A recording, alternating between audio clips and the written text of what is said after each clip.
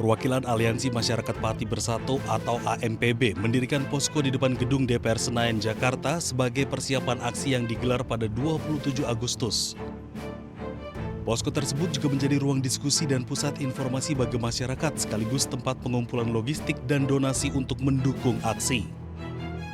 Sejumlah bantuan telah diterima mulai dari ratusan dus air mineral, makanan hingga donasi dalam bentuk uang tunai. Masa juga dikabarkan akan menginap di posko depan gedung DPR RI. Untuk menginap itu belum bisa kita pastikan karena kita menghindari masa yang begitu banyak, dan kemudian lagi-lagi saya mau tegaskan keberangkatan kami dari Pati dan sampai ke Jakarta itu cukup membuat kekhawatiran teman-teman ya terhadap keselamatan masa hari ini.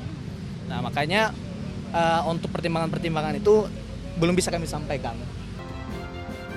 Aliansi Masyarakat Pati Bersatu memperkirakan sekitar 500 orang akan berangkat dari Pati untuk bergabung dalam aksi 27 Agustus. Salah satu tuntutan yang akan disuarakan adalah segera disahkannya RUU Perampasan Aset. Dari Jakarta, Givo Morisko, Zulkarnain, iNews melaporkan.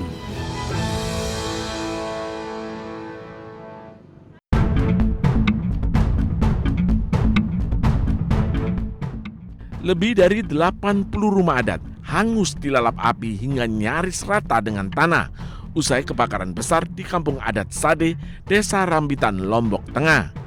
Di tengah puing, sejumlah warga mengais barang perabotan serta benda berharga yang masih bisa diselamatkan. Kebakaran ini berdampak pada ratusan kepala keluarga. Terpaksa mereka mengungsi ke rumah sanak keluarga. Dan 300 lebih pelaku wisata di kampung adat ini harus kehilangan mata pencahariannya. Sementara itu, posko darurat juga sudah dibangun untuk membantu logistik, kesehatan, dan juga pembuatan dapur umum. Petugas juga masih melakukan pendataan untuk memastikan jumlah pasti korban terdampak. Pak, korban jiwa nggak ada ya? Alhamdulillah nggak ada. Berarti ini semua yang ratusan rumah di sini hangus semua? Hangus semua. Nggak ada yang tersisa. Termasuk barang-barang? Barang-barang nggak ada yang tersisa. Kain-kain juga? Kain-kain itu habis semua. Ya. Nggak ada yang terselamatkan? Nggak ada. Jumlah rumah di sini berapa? 150 kan. Berapa kakaknya? 700 orang. 700 orang. Kebakaran besar melanda Desa Adat Sade, Lombok Tengah Sabtu malam lalu. Menurut warga, api pertama kali terlihat dari tengah-tengah permukiman, lalu dengan cepat merambat ke rumah lainnya. Sementara penyebab kebakaran masih belum dipastikan, namun diduga karena ada arus pendek listrik. Dari Lombok Tengah, Nusa Tenggara Barat, Emma Widiawati, iNews melaporkan.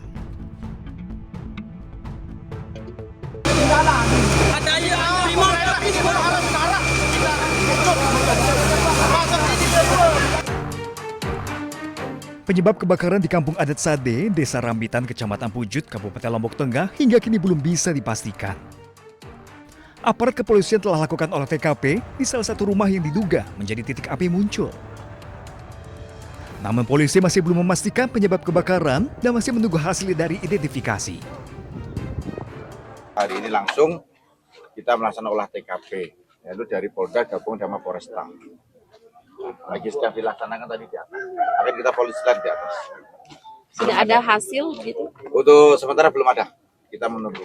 Dan juga kami juga minta permohonan bantuan dari lapor dari Bali. Nanti sudah kita minta ke Bali nanti untuk Untuk mempercepat hasil identifikasi, Polda NTB berkoordinasi dengan tim kepolisian dari Bali untuk memastikan penyebab pasti kebakaran terjadi di Dusun Sade ini. Dari Lombok Tengah, Emma Widiawati, iNews melaporkan.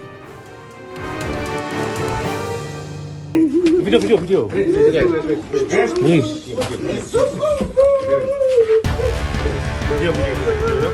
Petugas Satres Narkoba Polres Pelabuhan Tanjung Perak menangkap pria pengedar sabu berinisial IRF di kawasan Benteng Dalam, Semampir, Surabaya, Jawa Timur. Polisi menemukan 672 plastik klip berisi sabu dengan total berat bruto sekitar 399,15 gram. Berdasarkan hasil pemeriksaan, sabu tersebut merupakan milik pria berinisial HSM yang kini masuk dalam daftar pencarian orang. Pelaku telah membantu menjual dan mengedarkan sabu milik HSM sejak September 2025 hingga Agustus 2026.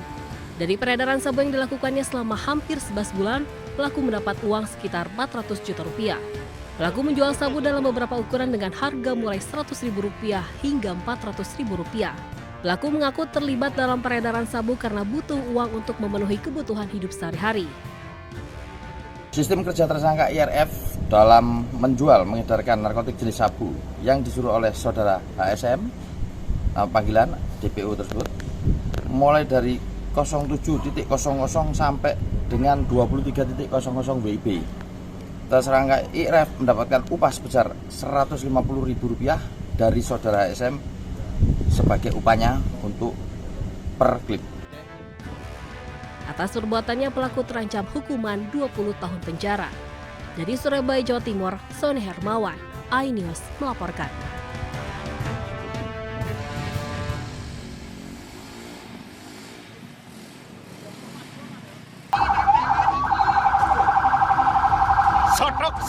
Armada pemadam kebakaran ini terjebak kepadatan karnaval Son Horeg di desa Jambe Arum, Balung, Jember.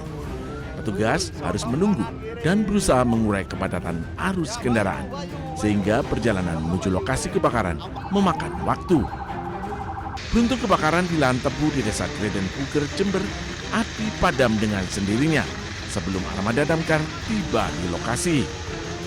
Dari BPBD kepada seluruh masyarakat untuk lebih berhati-hati, seperti halnya tidak membuang sampah dan lalu membakarnya, karena ini akan cepat menimbulkan kebakaran di area lahan yang utamanya kering. Juga untuk perokok mungkin jangan membuang puntung rokok sembarangan, karena kita lihat salah satu penyebab karhutla yaitu hanya sedikit percikan api akan menimbulkan. Meski tak menimbulkan korban jiwa, kebakaran di lahan kering ini menjadi peringatan kepada masyarakat. Dari Jember, Jawa Timur, Bambang Sugierto, iNews melaporkan.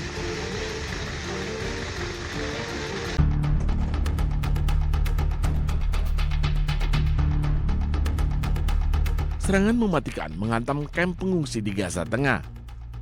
Serangan Israel ini menewaskan 1 orang dan melukai sejumlah warga Gaza.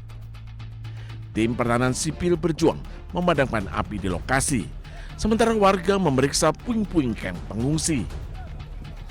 Saksi mata Nasir Hasan mengklaim Israel menargetkan individu di dekat kamp pengungsi.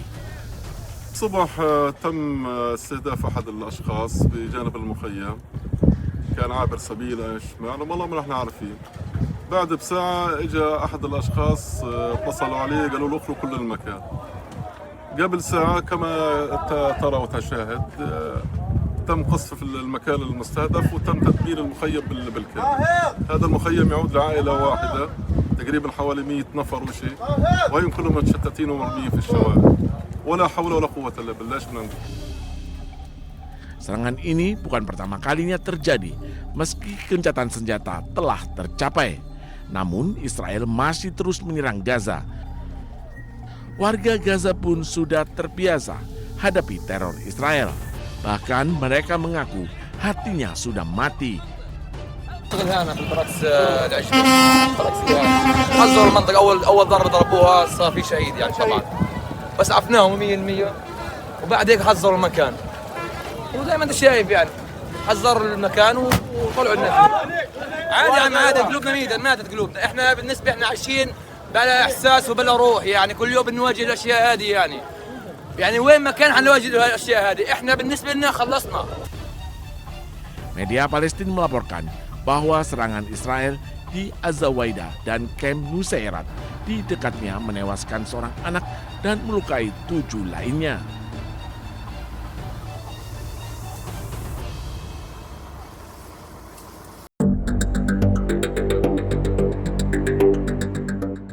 Perang antara Amerika Serikat dengan Iran memasuki babak baru.